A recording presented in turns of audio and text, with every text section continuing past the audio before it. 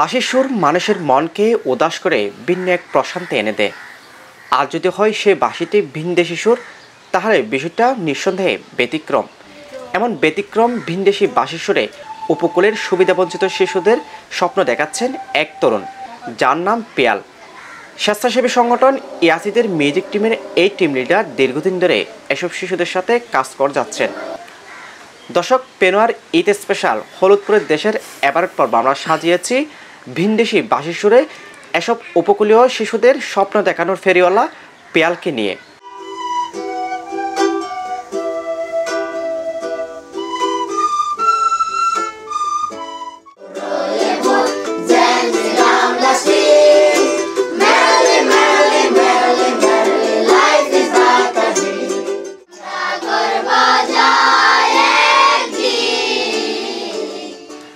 পিয়াল, কেমন আছেন? ভালো আছি দাদা, আপনি কেমন আছেন? আছি ভালো। আমি শুরুতে জানতে চাইবো, এই যে সুবিধাবঞ্চিত শিশুদের নিয়ে আপনার যে একটা পথ চলা, সেটি কিভাবে শুরু হলো যদি একটু বলতেন। আমার জন্ম এবং বেড়ে ওঠা মহেশখালীতেই। ছোটোকাল থেকেই মিউজিকের প্রতি আমার প্রবল আগ্রহ কাজ করত। প্রার্থনার সময় যখন বড়রা বিভিন্ন বাদ্যযন্ত্র বাজাতো, তখন আমি মুগ্ধ হয়ে তাদের দেখতাম এবং কল্পনা করতাম কখন আমিও এভাবে ইনস্ট্রুমেন্ট বাজাবো এবং গান করব। কিন্তু আর্থিক কারণে শেখা হয়ে ওঠেনি। কিন্তু আমার সেই স্বপ্ন আবার উজ্জীবিত হয় যখন আমি পড়াশোনার কারণে কক্সবাজার আসি এবং ইয়াসিদের এই মিউজিক প্রোগ্রামে যুক্ত হই।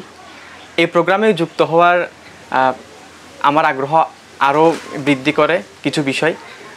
তার মধ্যে প্রথম হলো, আমি যখন জানতে পারলাম এই প্রোগ্রামে যিনি ট্রেনিং করাবেন উনি বিদেশ থেকে আসবেন। কক্সবাজারের একমাত্র হসপিটাল যেখানে রয়েছে ICU, HDU, CCU, NICU, PICU, সংকটাপন্ন নবজাতকের জন্য স্ক্যানো, ক্যান্সারের কেমোথেরাপি সহ চিকিৎসা সেবার সমৃদ্ধ আয়োজন। রয়েছে 24 ঘন্টার জরুরি বিভাগ। দেশসেরা বিশেষজ্ঞ চিকিৎসকের সমন্বয়ে সর্বাধুনিক চিকিৎসা সেবায় আপনার পাশে ইউনিয়ন হসপিটাল।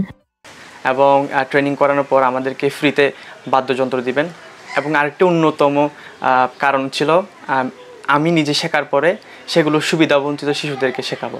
সেই থেকেই আমার মিউজিকের সাথে পথ চলা শুরুতেই এই প্রোগ্রামে একজন সাধারণ ভলান্টিয়ার হিসেবে কাজ করলেও পরবর্তীতে ভলান্টিয়ারদের টিচার এবং লিডার হিসেবে কাজ করি। এখন এই মুহূর্তে আমরা দর্শকদের উদ্দেশ্যে একটু যদি আপনার কাছ থেকে বাঁশির সুর একটু শুনতে চাই, এককভাবে একটা বাঁশির সুর। অবশ্যই আমার পছন্দের একটি গান, এটি আমার জীবনের প্রথম শেখা গান, এটা আমি সবাইকে শোনাতে চাই।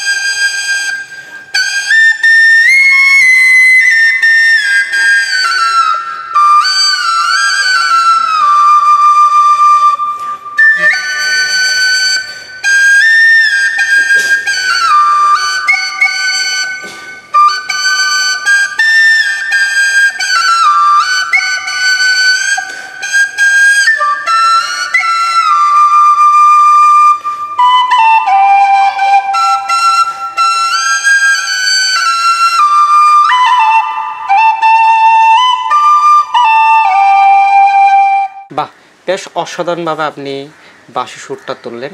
আপনি যাদের নিয়ে কাজ করেন তারা অধিকাংশ কিন্তু সুবিধা থেকে বঞ্চিত, তার উপর ভিনদেশি যে সুরটা কীভাবে রপ্ত করে তারা। আমাদের এই প্রোগ্রামের অন্যতম একটি দারুণ বৈশিষ্ট্য হলো, আমরা শিশুদেরকে যে মিউজিকগুলো শেখাই সেগুলো অনেকটা ভিন্নধর্মী এবং এটা বাংলাদেশে তেমন প্রচলিত না। খুব কমই মানুষ এই মিউজিক্যাল থিওরি সম্পর্কে জানে। এবং এই পেনি হুইসেলে তারা শুরুতেই বেসিকটা শিখে কীভাবে সারেগাম উঠাইতে হয় এবং তাদেরকে আমরা কিছু স্বরলিপি দিই, সেগুলো তারা প্র্যাকটিস করে। আমাদের কিছু শিশু আছে যারা অসাধারণ বাঁশি বাজায় এবং তাদের মধ্যে মিউজিক্যাল দক্ষতাটা এমনভাবে বৃদ্ধি পেয়েছে, তারা এখন যে কোনো গান শুনেই আপনাকে ইনস্ট্যান্ট বাজি শোনাতে পারবে। আচ্ছা পিয়াল, আপনি এবং আপনার শিক্ষার্থী যারা রয়েছে তাদের সম্বন্ধে যদি এখন দর্শকদের উদ্দেশ্যে যদি বাঁশির সুরে একটি গান শোনাতেন।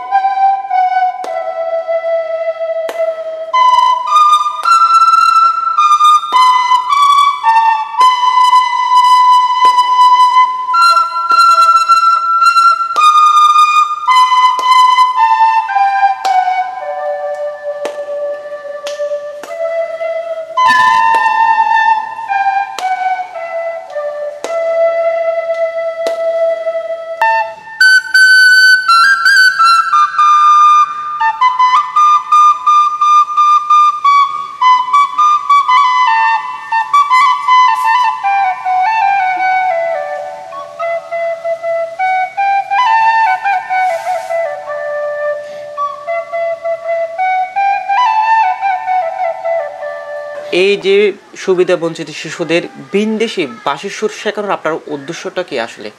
মিউজিক তাদের কাছে এখন একটা বিনোদনের মতো কাজ করে।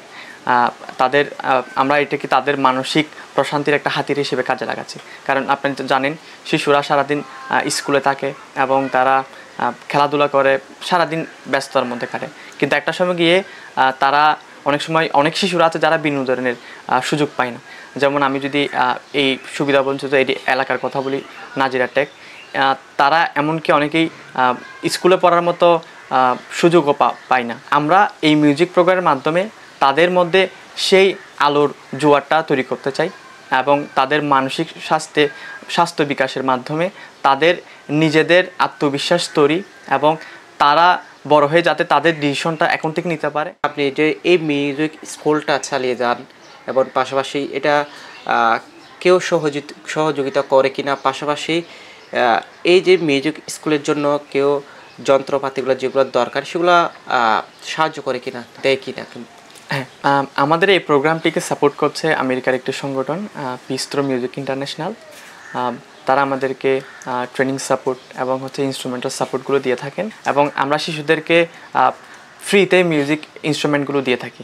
আমরা সচরাচর তাদেরকে প্রথম ইনস্ট্রুমেন্ট হিসেবে পেন হুইসেল দিয়ে থাকি এবং এরপরে যাদের মধ্যে গ্রোথ তৈরি হয় আমরা তাদেরকে মোটিভেট করার জন্য আমরা ইউকুলেলে ট্রেনিংটা দিয়ে থাকি।